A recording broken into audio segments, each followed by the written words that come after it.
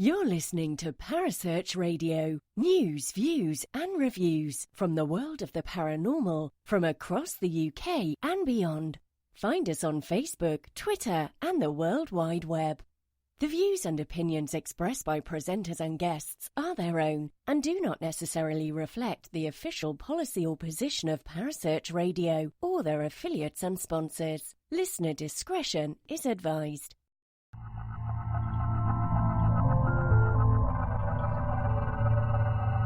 Welcome to Haunted Histories with your host Penny G. Morgan, right here on Parasearch UK Radio.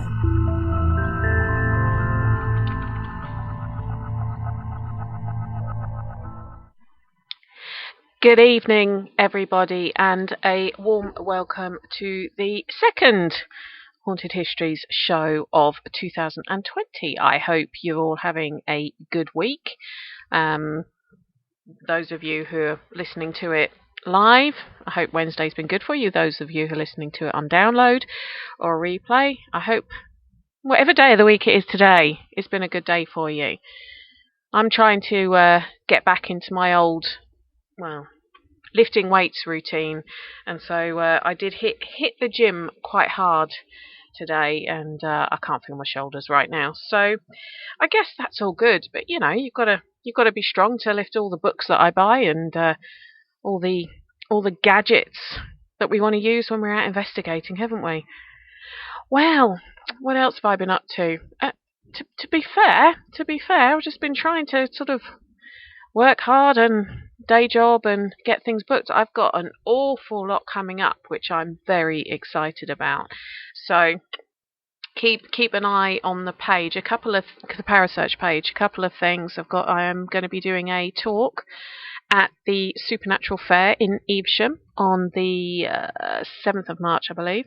I'm also going to be a guest on the 26th of March at Ryan Griffiths' charity event at the Village. I'm going to be one of the special guests there. So, 27th of March. Sorry, I get my dates right. It's in my diary, Ryan, before I worry.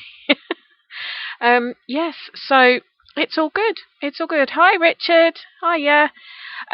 Yeah, so it's all good. Yeah, I'm going to be investigating Ettington Park with Jane Harris and her crew at the end of January, which I'm very excited about. And what else have I got? Oh, we got the Leopard Inn at the end of February with the Haunted Houses crew, and lots more stuff coming into the diary, and something I am very excited about. I'm going to be going to Canada to visit my good friend Wes Coleman of Cops.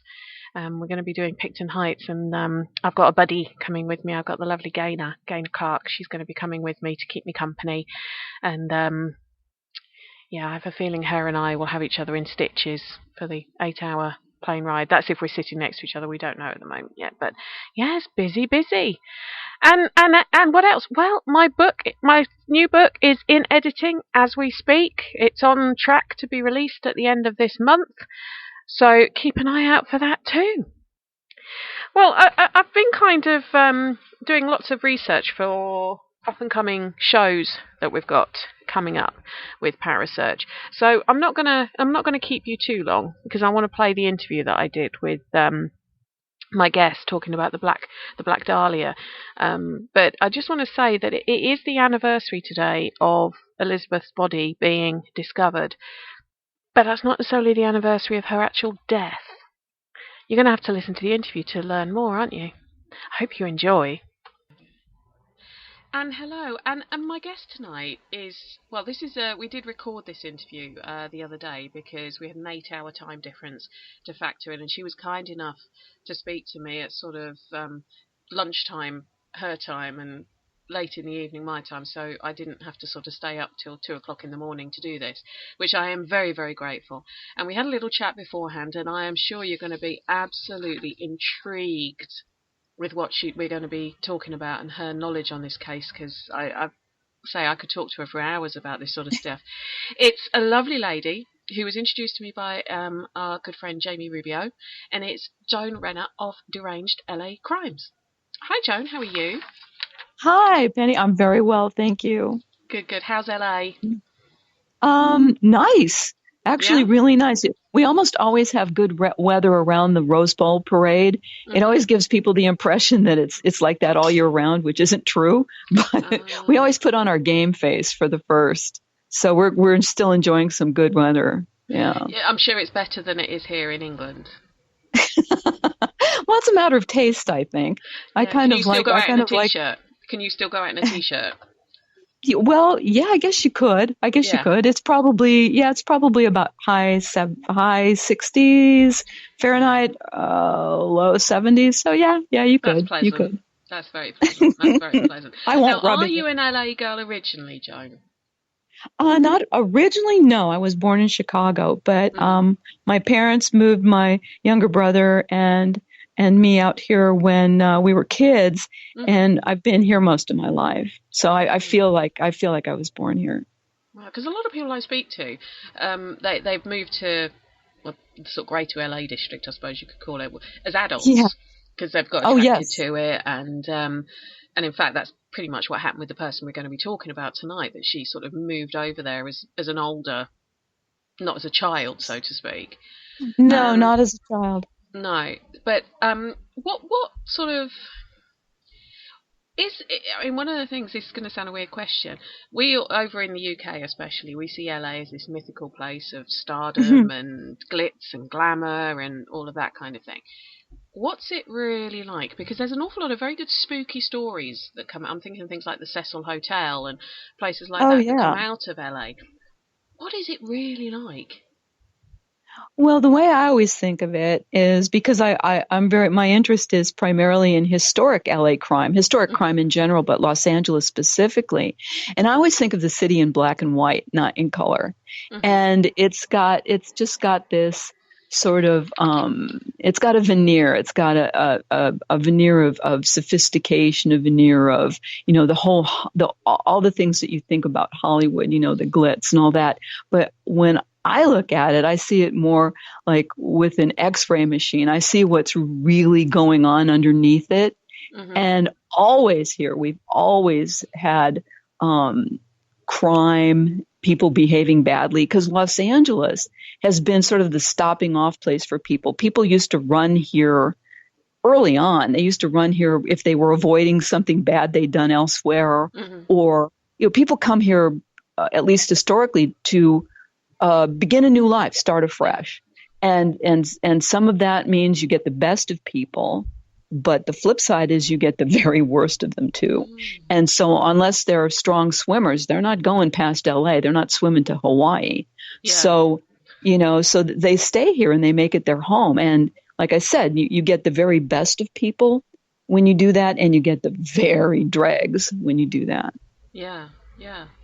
So I always think of, when we're talking about 1920s crime, I think of places like Chicago and things like that with the Al Capones of this world and everything else. Did LA have its own gangster scene back then? It didn't. Well, it's funny that you asked that because Los Angeles, historically, we didn't have the same kind of structure as they had in the East and the Midwest in this country. So our gangsters really sort of started at City Hall. They were the ones that, the city government was corrupt for a very long time here. And what you had were, when Eastern and Midwestern gangsters tried to make inroads into this area, they were very often turned away by the police. They were put back on the train and sent home. Because what we had here was we had a structure where it was from the top down. The City Hall ran the rackets, and the underlings. There were people in the rackets, vice kings, that kind of thing, who were allowed to operate, but they paid for the privilege. So, and when you have in the Midwest and the East, it was kind of flipped on its head that way. Yeah. It was sort of like, oh no, the gangsters ran Chicago, and the police were either on board or not. But not here. It's always been a different paradigm, which I find really interesting. That's fascinating. I'm thinking of another show already, Joan. Oh, good. I am. I'm already thinking. I love it. I can't help it. It's the way my mind works. It's like I know if I'm you out mean. driving somewhere and I'll go past an old building that I've never noticed before. Next thing I know, I'm Googling to find out what it was used for, when it was built. Is there anything attached to it that I can talk or write about? It's my mind. It drives my husband nuts. He's like, "Will you just switch your Oh, brain off?" I can't. It just doesn't. I'm no, always no. thinking of things that are going to be interesting, or even if interesting to me, if nothing else. Well, there you go. No, we're kindred spirits on that. I do the same. Good. I think that's why I get on with Jamie as well, because her and I are very Yes. similar. Oh, definitely. Yes. Because you're a social historian. You know, you I know Yes. your bio, you class yourself as a, sounds wrong, but you term yourself as a social historian. You're Correct. also a published writer, and we'll talk about Yes. that book in a bit. You work as a curator for the LA County Sheriff's Yes. Museum. You used to work Yes. for the In LA. fact, I'm there right now. Oh, okay. Yeah. You used to work for the LA Police. Yes. Their museum, I believe. You're Yes, that's correct. a crime expert. You've done almost the lecture circuit, and you Yeah. run your own blog page and your own Facebook page called Deranged LA Crimes. Yes. I'm going to ask you a question that a lot of people ask me. How do you find the time? Oh, when you love something, you know how it is. You can find ways to get out of a myriad of other things you really could or should be doing and devote that time instead to what you really have a passion for. Yeah, And in my case, I got lucky. I retired from UCLA in December of 2008 to start a second career, and this is what it's become. And Right. so now, I'm employed by the Joan Renner Corporation. If I don't want to do it, it doesn't get done. So I'm the same. When people say to me, got how to do you find be. the time to do a day job and look after 2 young kids and do the book writing and everything else? I'm How like, do you do that? yeah, Because that's nothing I've ever had to do. I don't do housework. I figure as long as the house is relatively clean and there's no sort of like rats or anything running around, There you go. or mold growing, it's fine. If their clothes aren't ironed every single day, they're not going to die from it. That's the way I No look one at dies. it. Yeah, see, no one dies from unironed clothes. I'm with you on that. No. And, I think they'd be far more proud of me sort of when they see stuff I've written and their friends go, Oh, "You're yeah. in that magazine," than, Mhm. having immaculate clothes every single day. They're boys. They don't last immaculate for more than 10 minutes. Priorities. But yeah, so you sound very similar to me. But one thing I do need you to explain to me as a daft Brit, Sure.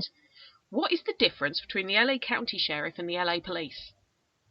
Oh, okay. Well, the LA County Sheriff serves the entire county of Los Angeles, and Los Angeles Police Department works within the city of Los Angeles. So there are boundaries. The LA County Sheriff also has contract cities, some smaller cities who can't necessarily afford to have their own police force.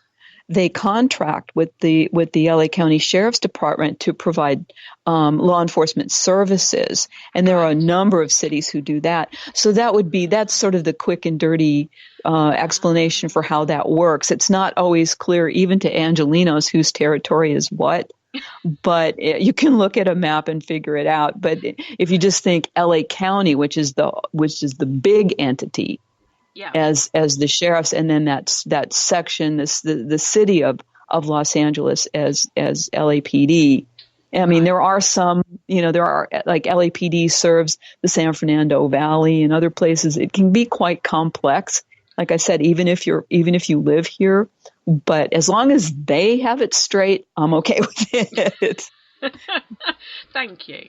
Well, the person we're going to talk about, and I'm not going to go too much into a lot of detail as to what happened to her, because I think then we get into a bit too much of sort of not gore. Gore doesn't frighten me or anything. It's almost a fact of life. Things are going to get gory sometimes, but I think we should focus more on the whys and the whats and the whos, as opposed to.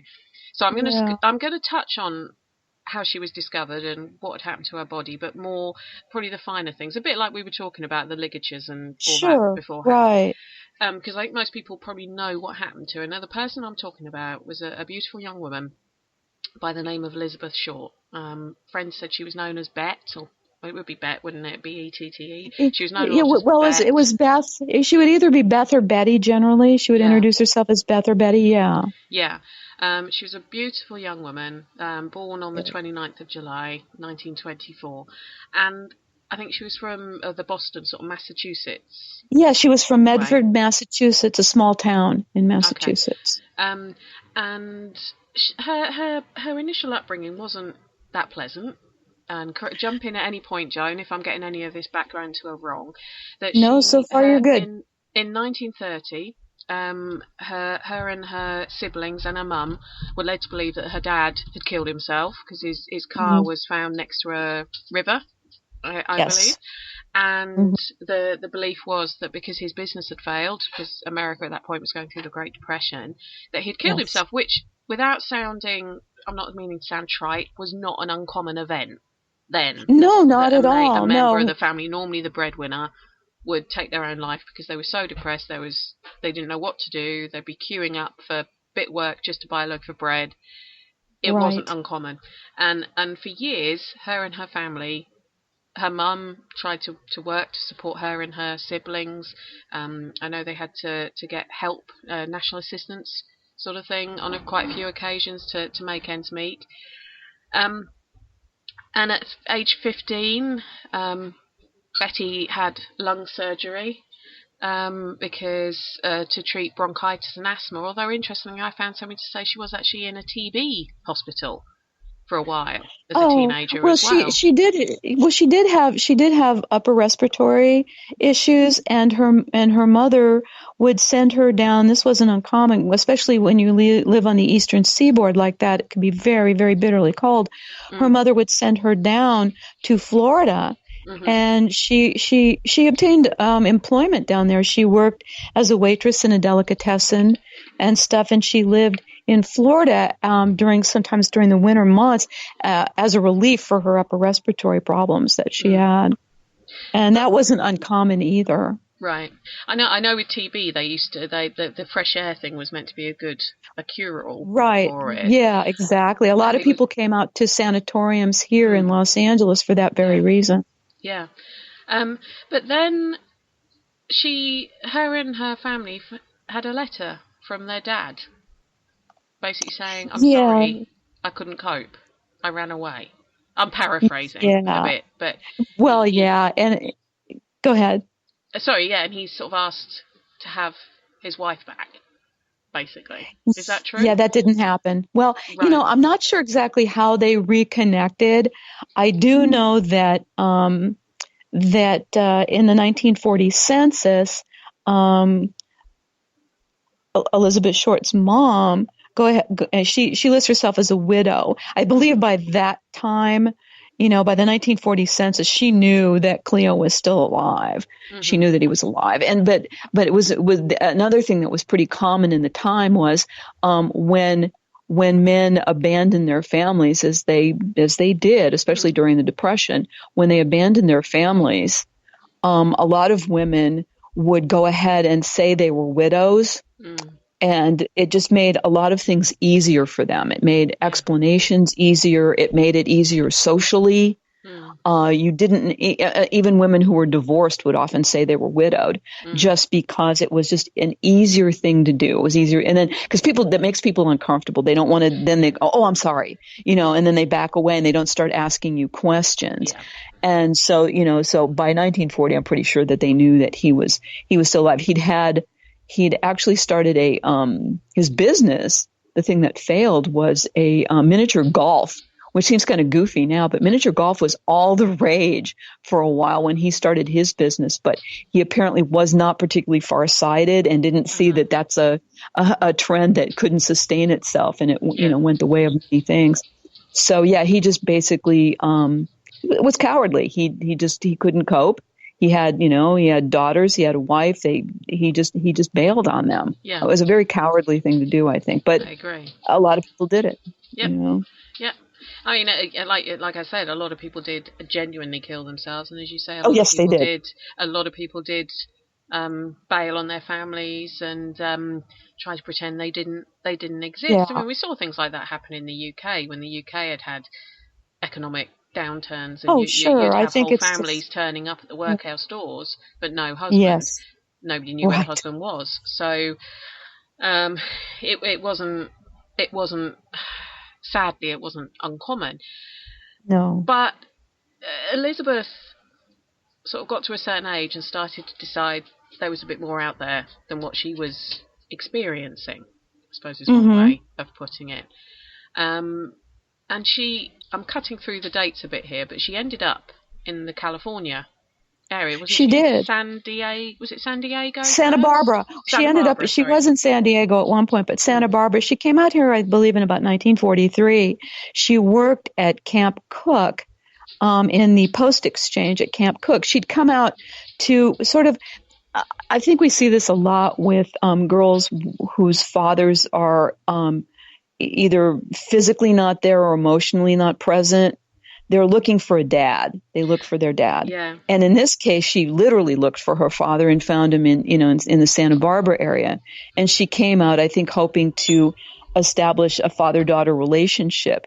He was more interested in having her wait on him, and he objected to her going out. She's young; she was a teenager at this time. She, and so late teens or 20, and she, and it must have been late teens, and she wanted to go out. She was young. She didn't mind caring for her dad to some extent, but he was sort of demanding that she keep the house and cook and all this stuff, and their relationship just broke apart, and she struck out on her own, and she bounced around. She would oftentimes go back to Medford, Massachusetts, but I think once the war started, I think she was more interested in, again, it was sort of an artifact of the home front thing. Part of what you were expected to do as a woman on the home front in the United States was look pretty for soldiers, even if you were working in a factory. That was part of your mission, and it was patriotic. Single women who had cars would pick up hitchhiking military men because that was considered patriotic and so on. Yeah. And I think she just kind of got she was young and she was impressed by guys in uniform. And I think she started, a series of relationships with guys in uniform that just, And one of them did die in the war. One of them did. Yeah. Actually, he died right after he was in the post-war. His name was Matt Gordon, and he was a pilot, which was like for someone impressionable like Beth. And this is a big score. This guy's a pilot. It would have been in the UK as well. Trust me. It was. I was watching a documentary on the Dam Busters last night, and one of the guys was saying he was really disappointed that he had to become a navigator rather than a pilot because it meant he wouldn't get as many pretty girls as interested in him. Well, see, and that's the thing. And they were a couple. I mean, to some extent, they dated, and he died in a post-war plane crash, I think over the China Sea, perhaps. And that it's from that moment, if you want to understand her more as a person and less as a victim, that's an important and pivotal point in her story. When Matt Gordon dies, she never takes another job. After that, she's never employed again. I think she reaches out to his family, but the best guess is that, at first they're welcoming because she and Matt frog. Okay. Oh dear. She and Matt may or may not have been engaged to be married, but his family, responded favorably when she reached out to them. But I think she went amiss. I think she asked for money, and they said, "Please don't contact us anymore." Yeah. And so she burned that bridge. I wondered. When you look at the rest of her interactions with men, there are reports of some of the men she was seeing had wives. She didn't appear to be as discerning after he died. Whether that's true or not, I genuinely don't know. Yeah, I think she was not inclined to go with a married man if she knew he was married. There, Right. as we know, there can be a lot of removing of wedding bands and that kind of thing. So, I don't think she would have deliberately, because she wasn't a particularly loose girl by anybody's measure. I think she was attracted to guys in uniform. She would have preferred them single because that was another of her goals. What she wanted, and despite what people have said or heard or written or read about her wanting to be a starlet, never. There's no, absolutely. There's no evidence that she ever went out on what they called cattle calls, where you go out to, be selected maybe to be in the background on something. Nothing. She knew people who did, but she didn't. She wanted everything that I've been able to discern about her leads me to believe that she wanted what most people wanted in that post-war period: marriage and kids. And I think she was fence and the 2.4 that is exactly it. And I think that's what she was looking for, and that's what she hoped to have with Matt Gordon. But when he died, she was adrift, and she became involved with a guy named Gordon Fickling, and he, another military guy. She followed him. I think I don't know if they met in Chicago, but she went to Chicago. He was there, and then he came out to Long Beach, California. She followed him out here. They had a relationship out here, but it didn't work out. There were a couple of letters. She was a compulsive letter writer. She wrote letters, and sometimes she didn't send them. And my personal belief is that she did it as sort of a way to. She wasn't a diarist like some people keep diaries. She wasn't that. But I think she wrote letters to kind of sort things out for herself, to understand relationships. So if Facebook had been around, she'd have probably been quite a prolific Facebooker. She would have been very prolific, because I think that's how she sort of explored things. But I find it interesting that after Matt Gordon died, she didn't ever work again. She never had another real job. She just kind of drifted from person to person, from place to place. And that's how she ended up in San Diego. She, in December of 1946, she meets a traveling salesman named Robert Manley, and they start corresponding. He lived in a suburb of Los Angeles. He was married, a married guy. Whether or not she knew he was married, I doubt that she knew that. I think that would have been something he didn't tell her. Right. But because they actually went out, they went for dinner a couple times. And when she contacted him from San Diego after spending most of the month of December there, couch surfing with a mother and daughter, who were quickly tiring of her, she said, "Please, can you come and can you take me back to Los Angeles?" And he agreed to do that. And so he drove down from LA or wherever he was. He was, like I said, he was a traveling salesman. He went down to San Diego to pick her up, to bring her back to LA. Why she went to San Diego, really no one seems to know. Unfortunately, she lied quite a bit about things. Sometimes she would tell people that she'd lost her husband in a plane crash. She and Matt Gordon were never married. She'd say that she lost her husband and their baby died. She never had a child. She was never pregnant.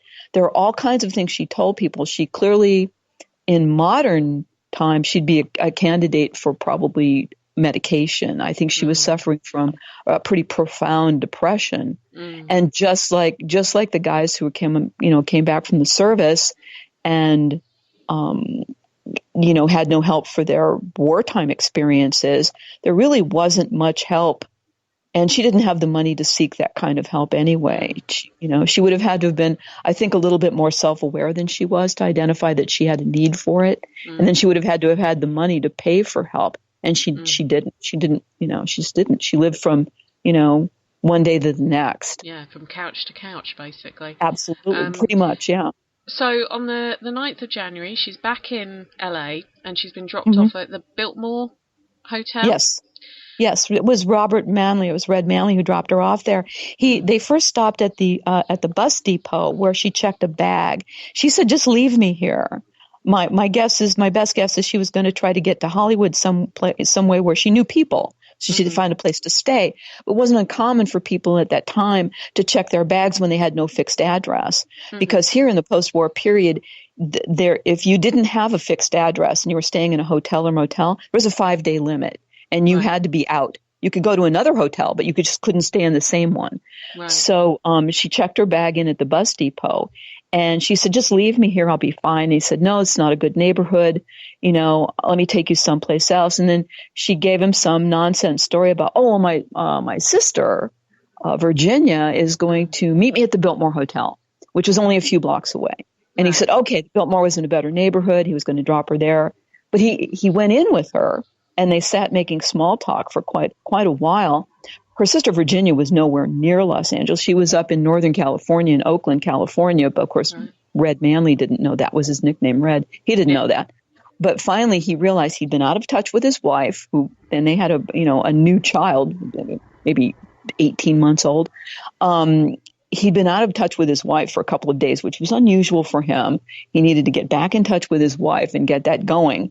And so he left her at the Biltmore. Now, she left the Biltmore, and she would have turned probably, I'd say, south onto Olive Street. From there, she just sort of vanishes into the mists. There is some evidence to suggest that she stopped off. There was a shady little bar a few blocks down the street called the Crown Grill. And the Crown Grill was one of those places that had kind of a double life. During the day, it was a place where a guy could take his mistress and he wouldn't worry about being seen by anyone's wife, his own or anyone else's. And by night, it was also a gay bar. And homosexuality was illegal at the time. So it was an underground kind of thing. But it was a shady little bar. But she'd been there on occasion before. One of her friends was dating a married guy she knew was married. And that's where they used to go. And she always had sort of invited Beth to go along because Beth could always use a meal. And plus it kept this guy from being, hands all over her all the time. So they would, they'd eat at the Crown Grill. So there's evidence to suggest that she stopped there. No one interviewed at that bar remembers specifically. They think she might have been there that night, but they didn't know for sure. And no one remembers seeing her leave with anyone if she was there that night. Yeah. So it's sort of from the Biltmore. Did she go to the Crown Grill? I think she may have done. And then, but no matter what, she disappeared that night, and she wasn't seen again until her body was found on the 15th of January. Which is what we were talking about before we started recording, that we have got this 5 to 6 days where nobody knew, nobody can give a cast iron sort of sighting of where she was or what she was doing. Now, her body was discovered in a place called, is it Lamart? Oh, it's Lamert. It's Lamert Park. Lamart Park. Yeah, it's Lamert Park. It was a housewife walking. Yeah, her name was Betty Bersinger. It was a housewife, Betty Bersinger. She lived in the area. She was walking with her young daughter. I think her name was Anne. I think they were going to go run some errands. They weren't on the busiest streets. They were just avoiding the traffic, or the noise. So they were walking down Norton, and that particular part of Norton, there were a lot of houses that had been built up to the war, but at the wartime, they started using all the material, of course, for war effort. So any construction that had been going on for the homes there had stopped and hadn't resumed yet. So Betty Bersinger and her daughter are going down Norton. Betty sees a white shape in the weeds it's literally a foot in from the sidewalk. The infrastructure was in, but they just had stopped building homes during the war. So she spots this white shape. She thinks it might be a mannequin. She doesn't know. It's literally 1 foot in from the sidewalk. She and her daughter walk up. Because she thought, well, maybe it could be a drunk woman, a nude drunk woman. She's not sure what she's seeing. She gets up to the body. It starts to click that this is not a mannequin. This is not a drunk woman. And she grabs her daughter and runs to the nearest place, somebody's home where she can get on a phone and call the police. Yeah. And so then that's when the police, roll out to the scene and they find the body of Elizabeth Short. It's been bisected and looks like it's been posed. It's been staged. Her legs are facing south and they're spread apart. Her torso is at the north end of where she's lying, and her hands and arms are just sort of raised above her head. Yeah. So it's really a suggestive pose. I've seen the crime photos. I found them online. They're pretty awful. I had to go through about 3 different, are you sure you really want to see these kind of clicking and everything? And I must admit, I wasn't sure, but I wanted to see them to know what I was going to be talking about, because I had it pictured. They also gave her what's known as a Glasgow smile. That is correct. They sliced her face to make her have a perpetual grin. I think of like the Joker, that kind of thing. Which, yes, exactly right. And the body had also been cleaned, so it didn't. Yeah, it's been cleaned very well. There was more. No, she was not. That was strictly a body dump site. In fact, LAPD. Well, everybody went out. This was the largest manhunt since a kidnapping and murder of a child 20 years before in 1927. And everybody went out. Everyone went out, and they have never, ever been able to locate the crime scene. No. Only the body dump site. So whatever was there, she had been largely drained of blood. I've seen other photos. There was more to her there than I had been led to believe, but still, she'd been largely drained of blood and clearly posed. I mean, no one, if you roll someone out of the car, they don't land like that. She was clearly posed. That was the first thing I thought when I saw the photos. Yeah. This is someone posing her. Posing almost like an inviting sort of come and get me. It's a sexual pose. Well, it's very sexualized. It in a way, it's kind of obscene. It's degrading for the victim. Yes, very. Very degrading for the victim. And so this is someone, you can speculate from there on going in a dozen different directions about who might have done this, why, someone who hated women, someone, you just don't know. But it's a very degrading pose. It was clearly sexualized, and she was definitely posed. So, that's, and, the LAPD did everything. I mean, they interviewed hundreds of officers, literally everyone pretty much, interviewed thousands of people. They got all kinds of wacky tips from people. I think my husband did it, my boyfriend did it, whatever. And they really tried so hard to locate a crime scene for this, because that would have yielded obviously more evidence probably. Yeah. But they never were able to find it. They never could find out where she had been. And when we were talking before you started to record, I thought, for me, as distressing as this crime is and as appalling as it is, the most terrifying thing about it for me personally is figuring that Beth was probably held from the 9th of January, because there were ligature marks on her body, that she'd likely been held from the 9th to the 15th. She was killed. The coroner determined she'd been killed probably within 10 hours of being found, and she was found about 10:30 in the morning on the 15th. So she was kept somewhere, badly beaten and abused during that period of time. And the ligature mark suggests that she was restrained and beaten. And I find that utterly horrifying. So she wasn't just, beaten and killed or anything like that. It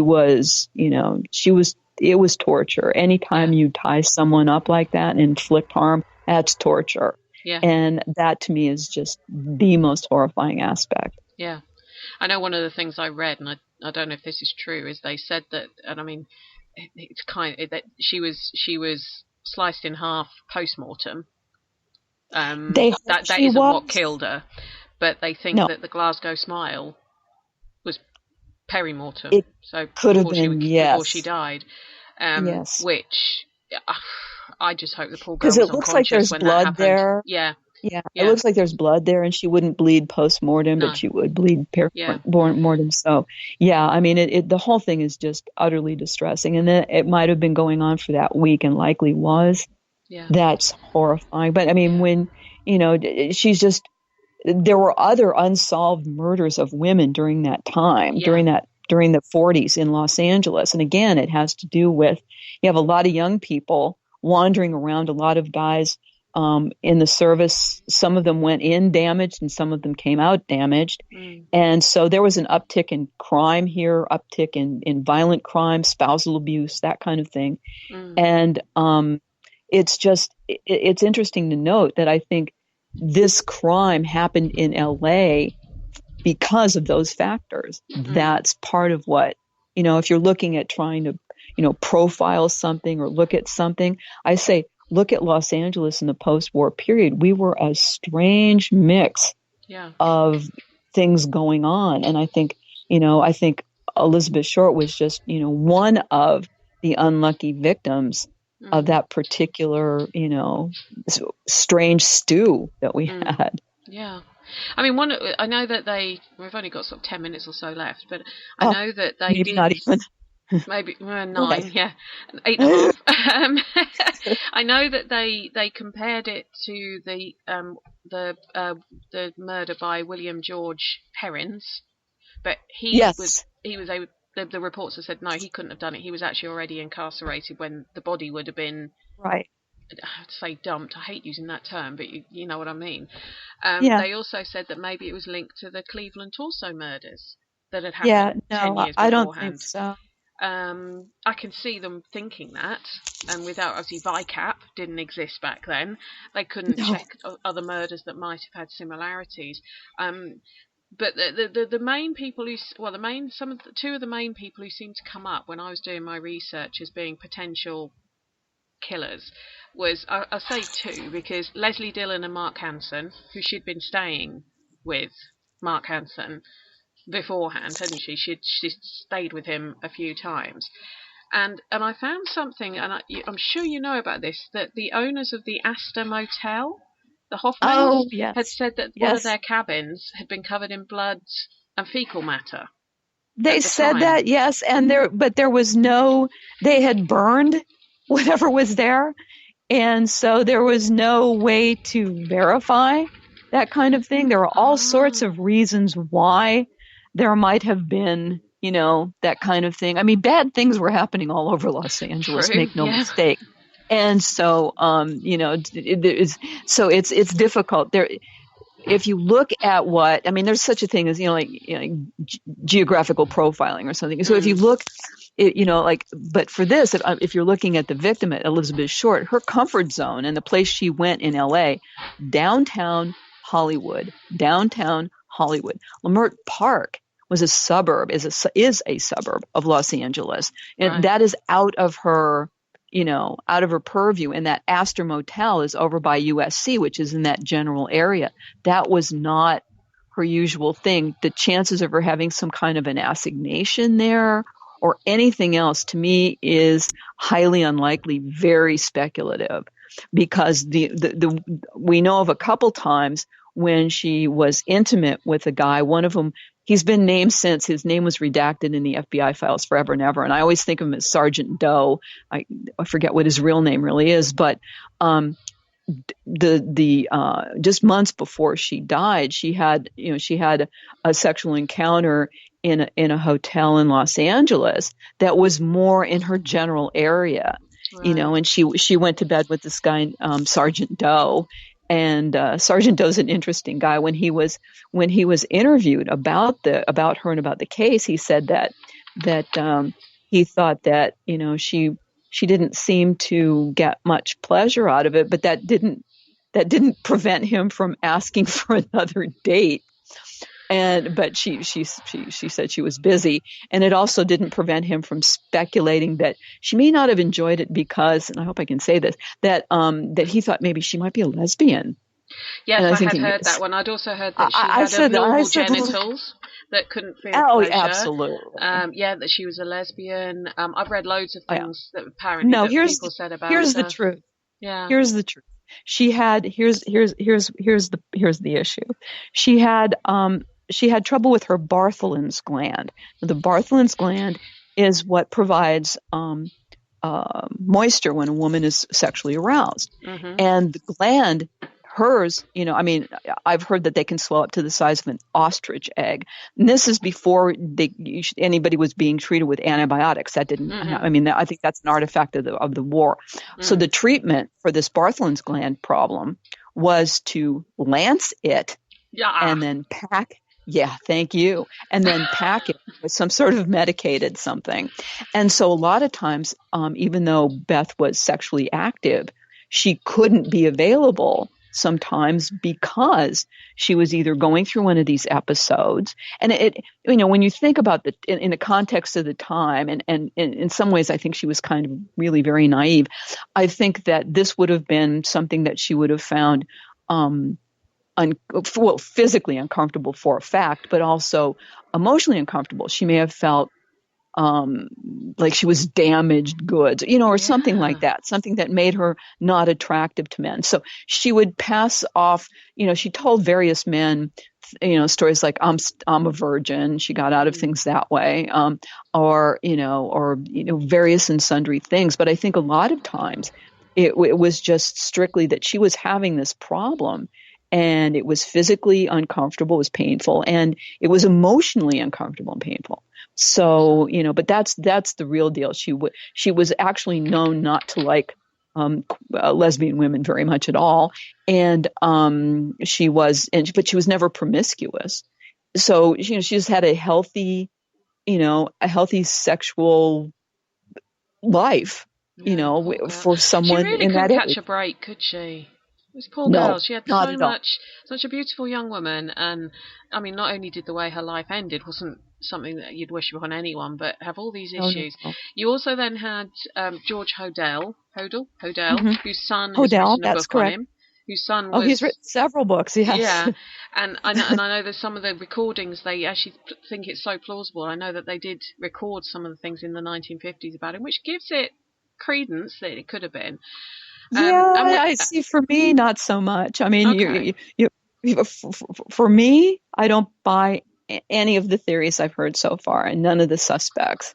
You Absolutely think it was a not. transient person who wasn't from the area, who maybe had just been supplanted there, or had, like you say, returned from war.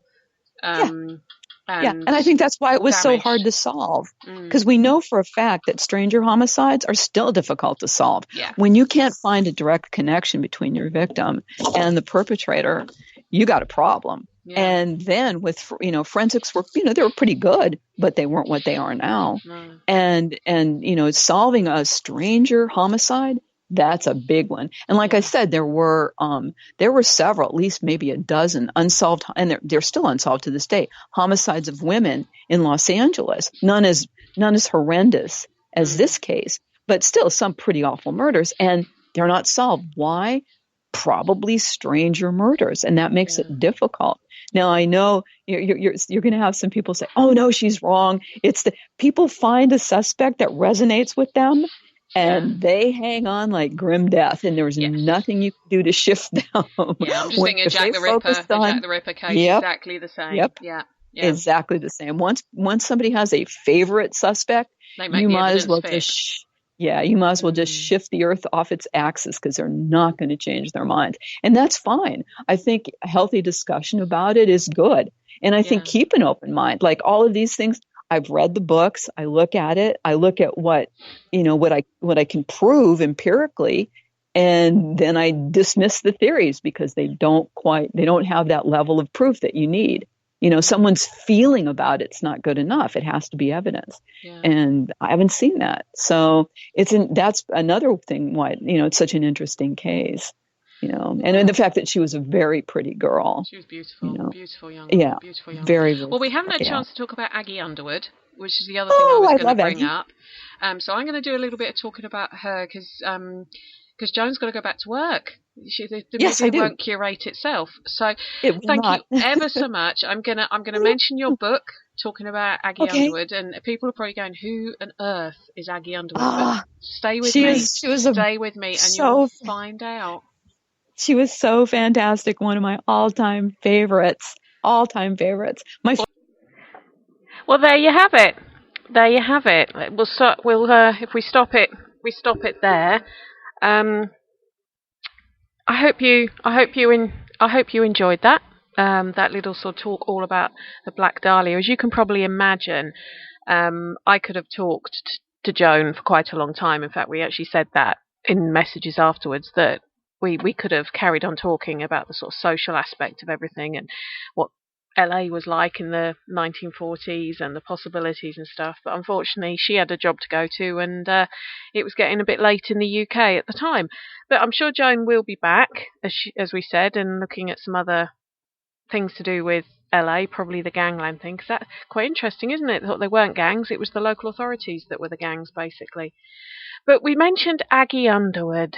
Now, Joan wrote a book about Aggie Underwood called The First with the Latest. It's by Joan Renner, if anyone wants to look it up. Now, why we were saying about Aggie being so amazing is Aggie herself didn't have the best start in life. Not that dissimilar, really, to poor fated Beth.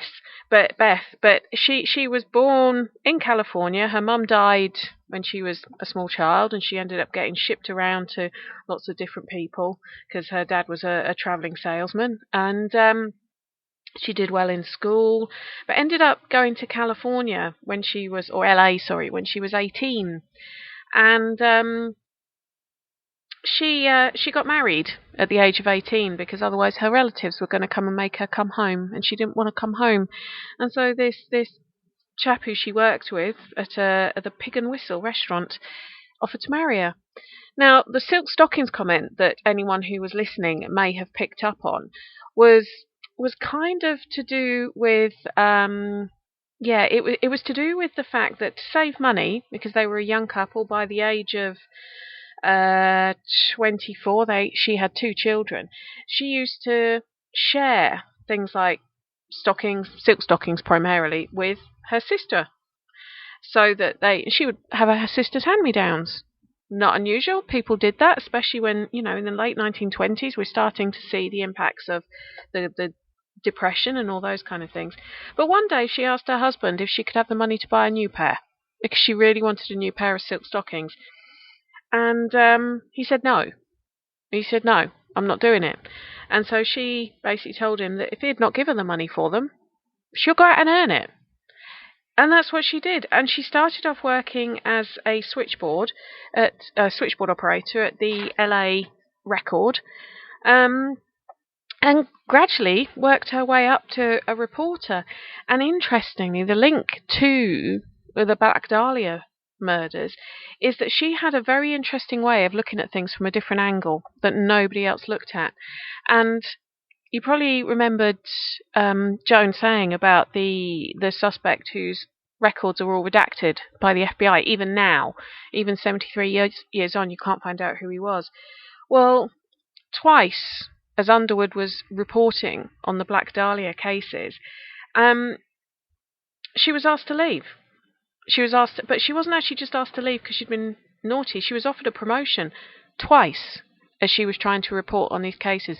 This case that would have meant that she couldn't actually report on it, which I do find a bit not strange that they promoted somebody who was obviously going to be an amazing. I mean, she did become a full-blown editor eventually, and was one of the most successful. Well, one of the first women in the US to hold a city editorship, on a major metropolitan newspaper. Pretty amazing, that alone. But the fact that twice she must have been getting close to something. She must have been getting very, very close. I say, at working, she was actually worked on the crime desk, and she was very good at finding things that people hadn't thought of. So why was she pulled off the case? Twice she was pulled off reporting on it. What was she close to getting to? She says it in her biography that it was without any warning or explanation or anything. She was just told, leave the case alone. the suspicious person in me wonders why. And this was actually something that we Joan and I were discussing offline. So why was she pulled off the case? What were they scared that this very tenacious woman, who had gone from basically nothing, albeit she was intelligent, she'd done well at school, she skipped grades, she was intelligent enough, but someone who had basically got a job so that she could buy herself a pair of silk stockings, ended up as an editor in a major metropolitan daily newspaper. What was she finding that scared them so? It's interesting, isn't it? Don't you think? Bit of conspiracy for you there. Well, that's the Black Dahlia. I hope you enjoyed it. Like I say, it's 73 years ago today that Elizabeth's body was discovered. You can see the crime photos online, but you do have to go through quite a lot of warning pages because they are pretty explicit. They're not pleasant at all. But if you want to have a look at them, do go and check out Joan's Deranged LA Crimes page. She's on Twitter as well. She has some amazing information in there. And if you're ever in LA and you get a chance to go and see one of her talks, I know I would be going if I was over there. Next week we're back in the UK, and we're not talking, well, I'll probably end up talking to somebody who'll have got killed there, but we're talking about Bolsover Castle with Natalie from Haunted Happenings. It's going to be a great one because everyone I know who's ever visited there talks about it with such love and affection. I'm really excited to find out why. Well, that's me. That's me nearly signing off for the week. I do hope you've enjoyed tonight's show. I hope you've enjoyed all the shows you've had this week. You're very lucky. You've had, which is your fourth show this week, isn't it? You had, on Sunday, you had Kerry talking to the gorgeous Sarah Chimacero, and yesterday you had Haunted Connections and Kerry was talking to Richard and Paul about their exploits over the weekend. Apparently they were going to Cambridgeshire, but they were in Norfolk, really. I think they got lost. I think they took the wrong turning off the A11 between you and me. Tomorrow night, you've got the PSH radio show at 9 o'clock. Don't forget that. Carl and Sam will be regaling you. And on Friday, you've got the Dark Mirror show. Well, all that leaves me to do is say thank you for listening. I hope you've enjoyed this broadcast. I'm Penny G. Morgan of Haunted Histories, and all it leaves me to say is have a good evening, sleep tight, and don't worry too much about things that go bump Thank you for listening. in the night. Don't forget to join us for more shows throughout the week. Find us on Facebook, Twitter, and the World Wide Web to keep up to date with all the shows right here on Parasearch Radio.